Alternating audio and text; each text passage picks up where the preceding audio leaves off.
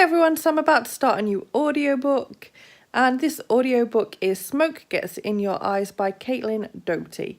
And I first heard about this book on Kath's channel, on Kath Elizabeth Reads.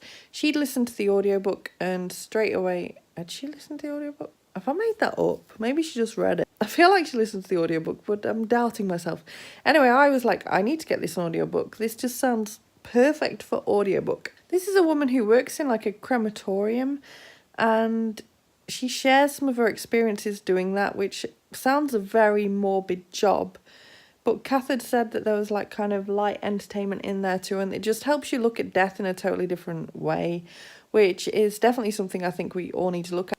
I'm really excited to get into this. I don't think it's going to take me long to listen to it all. It's not the longest of audiobooks anyway. And as I said, I'm really interested in it. I pretty much went out and got this on Audible the moment I saw Kath talking about it. I was like, I need this book now. So its average on Goodreads is pretty good anyway. Its average is 4.15, and that's with over 35,000 ratings. So I think I'm going to... No, actually, I pretty much know, even though I've not started this yet, that I'm going to end up giving this book 5 stars. And if I say anything different in the next clip, I'm going to be very surprised and also incredibly disappointed, because I think I'm going to get a lot from this book personally. Hi everyone, so I have finished Smoke Gets in Your Eyes by Caitlin Doughty. And where do I even start with this? Because I know a lot of you will understand this feeling, but it is very difficult to rate a book that is kind of non-fiction and a memoir. It's like you're rating their life. That's difficult enough as it is, but when you're doing it on a topic about death and careers, it's a very difficult area, I think. So I've literally just finished it. So this is like kind of the moment I finished it thoughts. My instinct was to give it 4 stars and not 5. I was kind of, until the last couple of hours with this audiobook, thinking I was going to give it 5 stars. But I do feel, and there's probably no way to say this that isn't totally brutal, but I do feel that it was a little bit dry at times. There were some technical bits in there that were just a bit too much for me. I didn't need the technical bits. I mean, it's great that they're in there for those that are interested, I guess, so there's that, but it wasn't for me in that case. But the actual kind of journey that Caitlin goes on and how she comes to deal with death herself was something that was so beyond amazing for me. It was just, I feel like everyone has worries about death, whether it be your own death, whether it be worrying about losing family members, whether it's going to the extreme and just envisioning really bad things happening to people that you care about or yourself. Everyone has these worries in one way, shape or another, and this book really helps you kind of put it all into perspective a bit.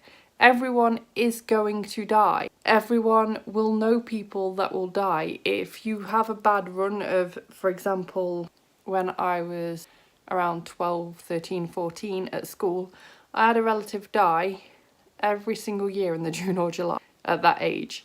And I was starting to think, like, especially at that age, I was like, oh, is this just what being an adult is? Because I felt so grown up at that age. I was like, yeah, I'm an adult. Is this just what being an adult is at this point? Do you just lose people that you know every year? Obviously, some people go the other extreme and they might hit their 20s without losing anyone. Some people may just have lots of pets and lose them and get to grips with death that way.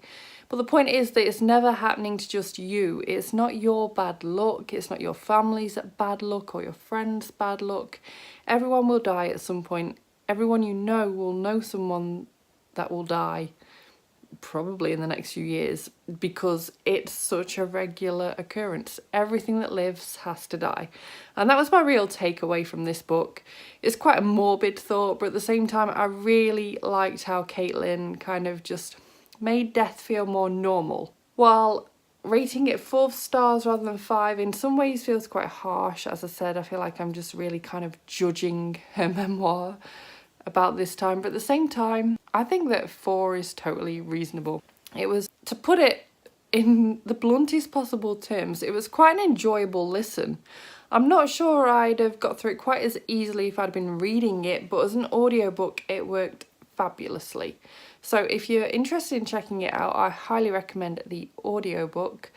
And I don't want to say much more about this book than this, because I think it is just one that you need to go into yourself. You do need to exercise caution because there's subjects of dead babies, for example. They're all ages across the spectrum, from babies to 80-plus-year-olds. It's all in there, and you do get quite a graphic insight into things like embalming, into just preparing the body for viewings, etc., etc. So do keep that in mind if you want to check this out. But I do think as well that if you do have any worries with death, this book might really genuinely help you. So thank you so much for watching this review. If you liked it, please give it a thumbs up. Subscribe by clicking the image of me if you want to see more book reviews and other bookish content from me, and I will see you soon. Bye bye!